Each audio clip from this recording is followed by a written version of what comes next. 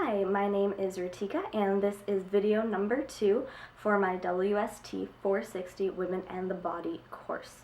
midterm project. The first video was focused on gender and its role, implications, etc. in society, and this will be focused on the desiring body, what it means to desire properly or improperly, and how the body that is doing the desiring or receiving said desire can affect the outcome as to whether it's proper or improper.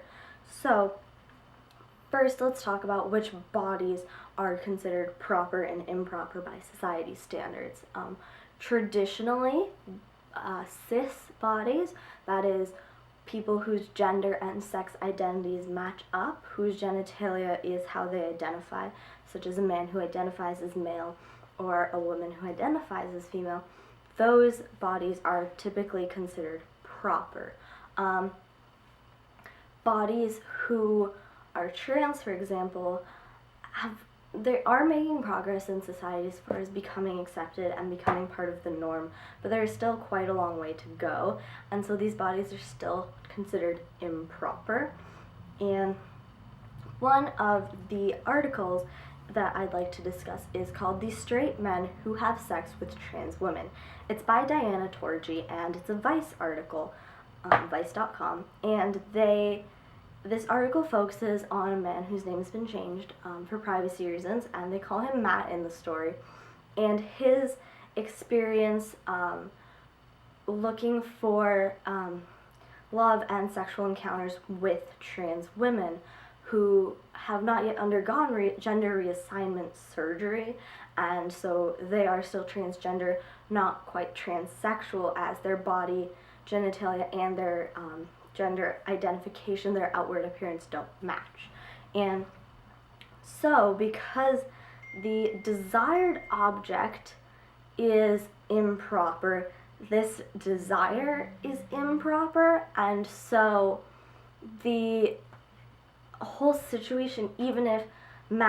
because Matt is a straight man who's having sex with a woman, because she is a trans woman but she's still a woman, this whole situation is considered improper by society's standards. And so even though he is considered proper because the object of his desire is not, he is also looked down upon for that. And it talks about how the stigma has kind of affected his life and what it's done to change how he views things and how he treats other people. It's really quite an interesting read, and I really would suggest it. And then the next article that I wanted to talk about is Porn for Women, and it's on dazeddigital.com, and it's by Stevie Mackenzie Smith, and it's about women's bodies and women who enjoy watching pornography. Now, traditionally, women are considered to be improper if they are by any sort of means promiscuous, and there is the double standard of, oh, she's a prude if she doesn't want to engage in sexual activities, or oh, she's a slut if she does engage in sexual activities, and there's really no winning. But this focuses more on these women who do want to engage in these sexual activities, whether they be actual with another person or watching pornography. And so this article is about the difference between pornography that's aimed towards men and the pornography that's aimed towards women. It's completely different, and it's so heavily based on what is traditionally desired by men versus women, in that women want more soft, caring, gentle love and amorous things, whereas men desire dominance and assertiveness, things like that. And this is very, very evident in the pornography industry. If you watch a video that is aimed towards men versus aimed towards women, there is a staggering difference in the type of video, the quality of video, and the storyline. It's really, really really quite an interesting dichotomy to look at. And so, because for a good amount of history, women who had sexual desires were considered improper, who desired sexual relations were considered promiscuous or looked down upon as unworthy of marriage or even a relationship because, oh, she's a slut, we don't want to be with her, which is really quite unfair. But this kind of idea has perpetuated itself into the pornography industry, for example, but also in what a proper and improper desiring women's body are. Because women who want, just heterosexual women who want sex are considered improperly desiring because it's against the societal gender norms that we have placed for women to want sexual relations, whereas a man who wants sexual relations, so long as they're heterosexual, as stated by Diana in the Straight Men article, if the whole relationship is heterosexual, if the man initiates, then it's totally okay to be,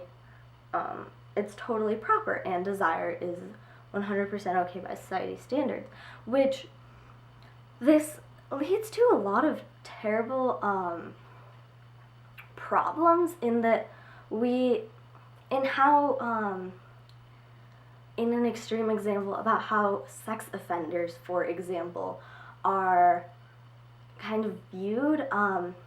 Male sex offenders, like male teachers who have sex with their underage students, are seen in a completely different way and a completely different comment section in the news articles versus women who have sex with their underage students. There's a huge difference in what is considered okay and not okay by society, and what the giver of the desire, the one who desires, how they're perceived by society, and what consequences that has for the body that has been desired, that has been looked towards fulfilling that desire. And this becomes quite problematic because we need to work towards understanding what proper and improper is, and how there really isn't a right and a wrong so long as everyone is consenting and able to consent legally. I know that there are a lot of people who will take this argument to give them an inch, they'll take a mile, and they'll say, oh, you're condoning bestiality or pedophilia or something like that. It's like, I'm not, because animals can't consent, people underage can't consent truly and understand the implications of this consent that they're giving. And so long as both parties are able to consent and both parties understand the implications of the desire and what it means in the bigger picture, then it should be considered proper, whether it's to straight people, to trans people, or to whether they're no matter their sexual identity, their gender identity, or anything of that nature, if both people are of age, able to consent, do consent, and understand the implications, then it should be considered proper. But society believes that if the bodies that are involved do not follow this very particular list of structures and regulations that they have for what is considered a proper and improper body, then it's considered improper desire, which is a little backwards, and we need to work towards fixing that. And one day maybe, but there's still a lot to be understood within gender, and how gender is understood, and how sexuality is understood before desire can be truly understood and accepted for proper versus improper and what is really considered proper, improper, or good desire and bad desire. Alright, so what I mean by proper and improper is kind of what society views at large as proper and improper. These are not my personal beliefs per se, but these are typically what is thought of by the majority of people as proper and improper. So proper might be what is considered okay or acceptable by the majority of perhaps conservative minds, while improper might be considered, of course, like not acceptable or promiscuous by said conservative minds. There isn't really a hard and fast definition for proper and improper. It's really a lot of contextual basis on where you live and what kind of setting you're in. And because of that, we can't really make these kinds of generalizations and assumptions that all men like dominance and all women like to be submissive, because that's not true at all, and we can't naturalize that idea.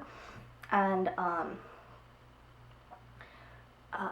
we just need to remember that really everything about what is desire and what is okay and what is not okay, they're all just social constructs, and this is really very made apparent in the Rubin article, which is what I've been referencing this whole time.